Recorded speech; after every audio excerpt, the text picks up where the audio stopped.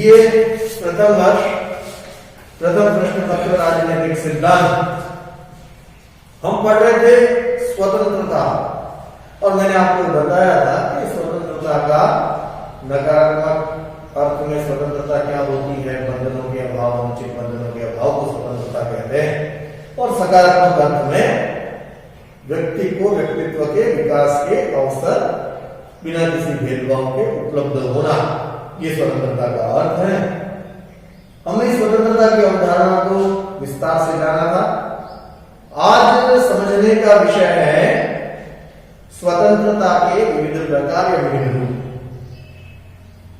स्वतंत्रता के विविध रूपों में पहला रूप आता है प्राकृतिक स्वतंत्रता का।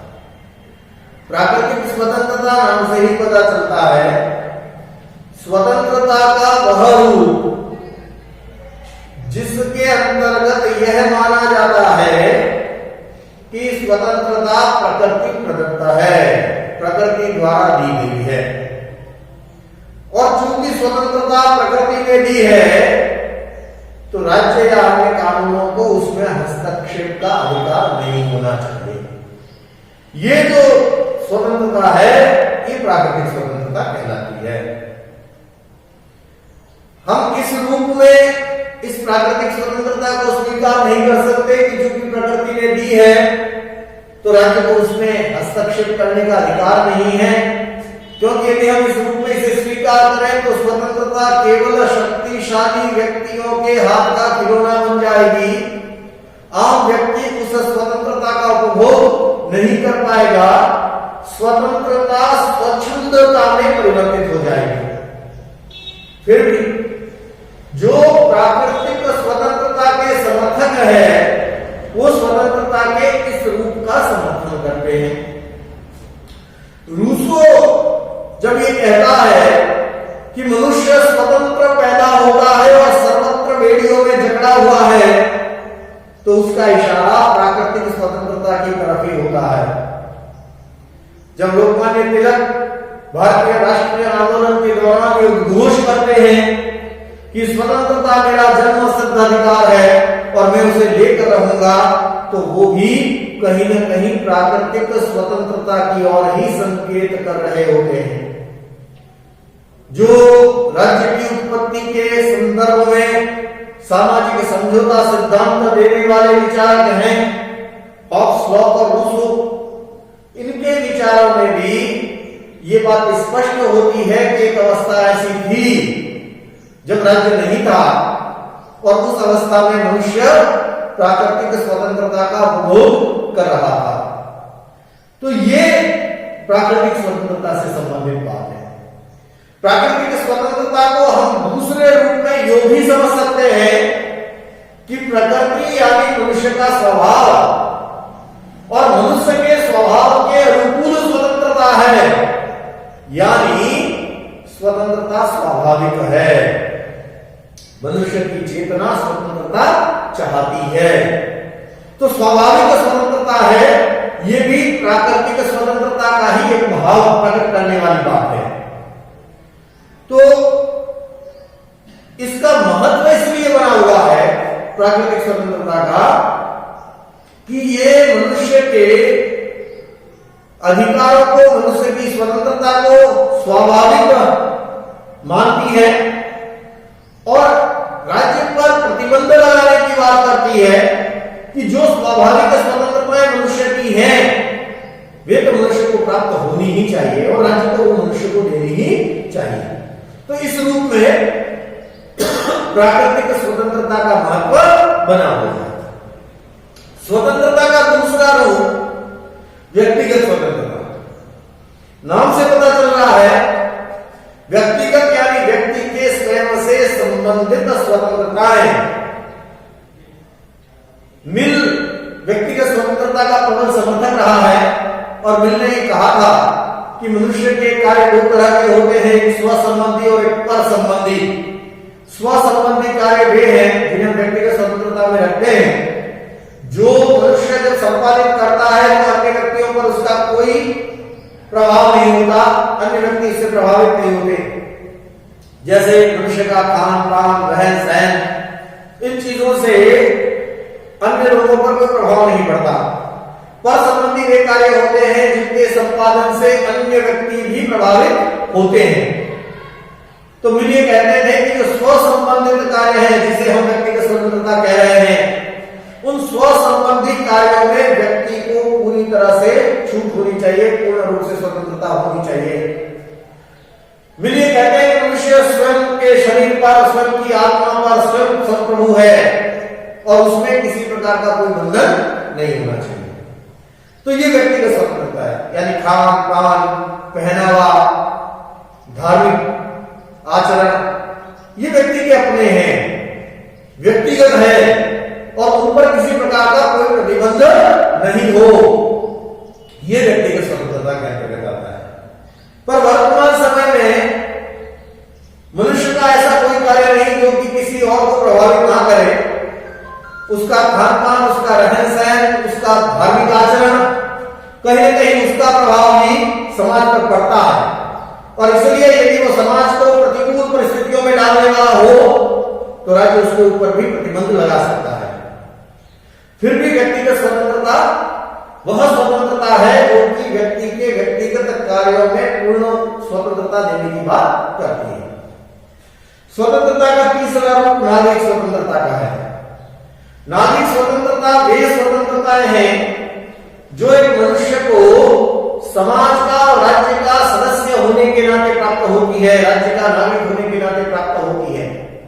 और यह स्वतंत्रताएं दो प्रकार की होती हैं, एक राज्य के विरुद्ध स्वतंत्रता है और दूसरा व्यक्ति की अन्य व्यक्तियों के विरुद्ध स्वतंत्रता है।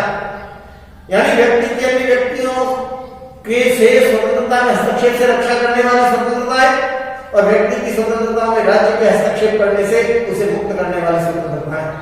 ये दो प्रकार की स्वतंत्रताएं नागरिक स्वतंत्रताएं होती हैं और संविधान में मौलिक अधिकारों के माध्यम से इनका उल्लेख किया जाता है। फिर चौथा है राजनीतिक स्वतंत्रता।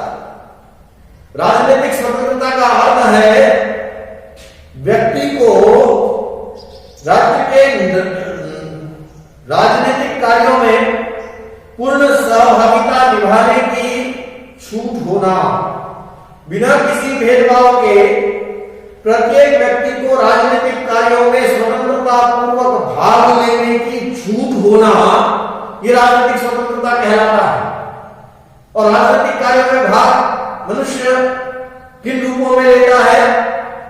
चुनाव में वोट देकर के, चुनाव में उम्मीदवार बनके, सरकारी लाभ का पद धारण करके और सरकार के गलत कार्यों की आलोचना करके।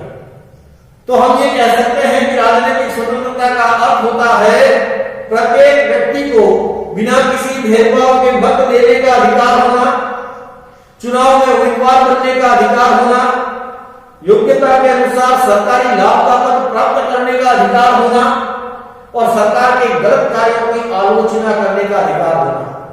यदि ये स्वतंत्रताएं नागरिकों को प्राप्त हैं तो हम कहेंगे कि वहां राजनीतिक स्वतंत्रताएं उपलब्ध है। स्वतंत्रता का पांचवा रूप आर्थिक स्वतंत्रता। आर्थिक स्वतंत्रता का मतलब है प्रत्येक व्यक्ति अपने आर्थिक श्रम का लाभ स्वयं प्राप्त करे। आर्थिक श्रम के आधार पर किसी भी व्यक्ति का किसी प्रकार का कोई शोषण नहीं हो, योग्यता अनुसार आजीविका प्राप्त करने की स्वतंत्रता उसे प्राप्त हो, अमीर ज्यादा अमीर और गरीब ज्यादा गरीब नहीं हो और न्यूनतम जीवन स्तर की गारंटी प्रत्येक व्यक्ति को उपलब्ध हो, यानी रोटी कपड़ा और मकान हर एक व्यक्ति को उपलब्ध हो जाए। यदि इस प्रकार की आर्थिक व्यवस्था समाज में है, राज्य में है, तो हम कहेंगे कि आर्थिक स्वतंत्रता विद्यमान है, अन्यथा आर्थिक स्वतंत्रता नहीं होती। तो आर्थिक स्वतंत्रता भी राज्य में आवश्यक है। स्वतंत्रता का एक रूप राष्ट्रीय स्वतंत्रता है। जिस तरह से व्यक्तियों की स्वतंत्रताएं होती है वैसे ही राष्ट्रों की भी स्वतंत्रताएं होती है। राष्ट्र यानी धर्म, नस्ल, संस्कृति या अन्य किसी आधार पर जब नागरिकों में एकत्व की भावना हो, वो अपनी एक अलग पहचान कायम करना चाहे और उसके आधार पर वो एक राष्ट्र के रूप में एकजुट रहे, अपनी एक अलग पहचान उनकी हो, तो उसे हम राष्ट्र के नाम से संबोधित करते हैं। और जब ये राष्ट्र अपने आप को स्वतंत्र करना चाहे तो इसे राष्ट्रीय स्वतंत्रता के नाम से जाना जाता है, ताकि वो अपनी अस्मिता को, अपनी संस्कृति को, अपने रीति रिवाजों को, अपनी परंपराओं को सुरक्षित रख सके। और इसके लिए वो एक अपनी अलग राष्ट्रीयता कायम रखना चाहे, और इसके लिए वो किसी साम्राज्यवाद से मुक्त होना चाहे, तो उसे हम राष्ट्रीय स्वतंत्रता के नाम से जानते हैं। तो ये भी स्वतंत्रता का एक रूप है। अब राष्ट्रों की स्वतंत्रता अन्य राष्ट्रों की स्वतंत्रताओं को सीमित करती है, और सबसे अंतिम स्वतंत्रता का प्रकार है नैतिक स्वतंत्रता। नैतिक स्वतंत्रता वह स्वतंत्रता है जो इन सभी स्वतंत्रताओं के ऊपर है।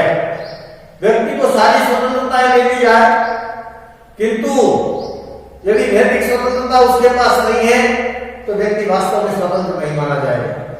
और नैतिक स्वतंत्रता का मतलब यह है कि मनुष्य बिना किसी लोभ लालच के, बिना किसी भय के, अपनी अंतरात्मा की आवाज के अनुसार आचरण करे, तो हम कहेंगे कि मनुष्य नैतिक रूप से स्वतंत्र है। व्यक्ति कोई गलत कार्य करने की सोचता है और अंदर से आवाज आती है कि गलत है, और वो रुक जाए, अपनी आत्मा की आवाज को सुने, अपने अंतर्मन की आवाज को सुने, और वो गलत आचरण नहीं करे, तो हम कहेंगे कि वो नैतिक रूप से स्वतंत्र है। किंतु यदि उसे किसी प्रकार का प्रलोभन दिया गया गलत कार्य के लिए, और उस प्रलोभन में आकर के वो गलत आचरण कर बैठता है, अंदर से आवाज आती है कि तू गलत कर रहा है, फिर भी वो उस अंदर की आवाज को दबाता है, तो इसका मतलब वो नैतिक रूप से स्वतंत्र नहीं है, नैतिक रूप से दबा हुआ है। तो नैतिक स्वतंत्रता स्वतंत्रता का वह रूप है जो कि अन्य सभी स्वतंत्रताओं के ऊपर है। हर एक व्यक्ति को नैतिक रूप से स्वतंत्र होना बहुत आवश्यक है। तो ये स्वतंत्रता के विविध प्रकार थे जो मैंने आपको बताया। एक प्रश्न और उठता है कि आर्थिक स्वतंत्रता और राजनीतिक स्वतंत्रता। विद्वान ये कहते हैं कि बिना आर्थिक स्वतंत्रता के राजनीतिक स्वतंत्रता निरर्थक है। हमने भी स्वतंत्रता के ये रूप देखे। इन रूपों को देखते हुए जब हम ये समझते हैं कि व्यक्ति को वोट देने का अधिकार दे दिया, चुनाव में खड़े होने का अधिकार दे दिया, सरकारी लाभ प्राप्त करने का अधिकार दे दिया, सरकार के गलत कार्यों की आलोचना करने का अधिकार दे दिया, किंतु उसे आर्थिक स्वतंत्रता नहीं दी, उसका आर्थिक रूप से शोषण हो रहा है, उसे न्यूनतम जीवन स्तर की गारंटी नहीं मिलती, उसे रोटी कपड़ा और मकान उपलब्ध नहीं है, तो क्या वो अपनी राजनीतिक स्वतंत्रता का उपयोग कर पाएगा? निश्चित तौर पर नहीं कर पाएगा। यदि व्यक्ति के पास खाने की रोटी नहीं है तो वोट देने नहीं जाएगा, वो अपने 2 जून की रोटी कमाने के लिए जाएगा। तो ये जो राजनीतिक अधिकार, राजनीतिक स्वतंत्रता हमने दी, वोट देने की स्वतंत्रता, तो उसका उपयोग नहीं करता है। और चुनाव में खड़े होने की तो वो सोच ही नहीं सकता। और सरकारी लाभ का पद प्राप्त करने के लिए शिक्षा जरूरी है, उसके लिए योग्यताओं का अर्जन करना जरूरी है। और यदि व्यक्ति आर्थिक रूप से सक्षम नहीं है, आर्थिक रूप से उसका शोषण हो रहा है, तो ऐसी स्थिति में वो अपने आप को उस योग्य नहीं बना पाएगा, भले वो योग्य है जिस योग्यता के आधार पर उसे सरकारी लाभ का पद प्राप्त करना है। और सरकार के गलत कार्यों की आलोचना तो वह तब करेगा जब उसे ये पता होगा कि सरकार क्या कर रही है, सरकार के कार्य क्या संपादित हो रहे हैं, इसकी जानकारी उसे होगी। और ये जानकारी कब होगी? जबकि उसे न्यूनतम जीवन स्तर की गारंटी मिलेगी या उसे आर्थिक स्वतंत्रता प्राप्त होगी। तो इस आधार पर हम कह सकते हैं कि बिना आर्थिक स्वतंत्रता के राजनीतिक स्वतंत्रता केवल कल्पना मात्र रह जाती है। राजनीतिक स्वतंत्रता आर्थिक स्वतंत्रता पर ही आधारित है। लास्की कहते हैं कि आर्थिक समानता के बिना राजनीतिक स्वतंत्रता कभी भी वास्तविक नहीं हो सकती। तो आज हमने 2 चीजों को जाना। एक तो स्वतंत्रता के विविध रूप क्या है, और आर्थिक स्वतंत्रता राजनीतिक स्वतंत्रता का क्या आपस में संबंध है।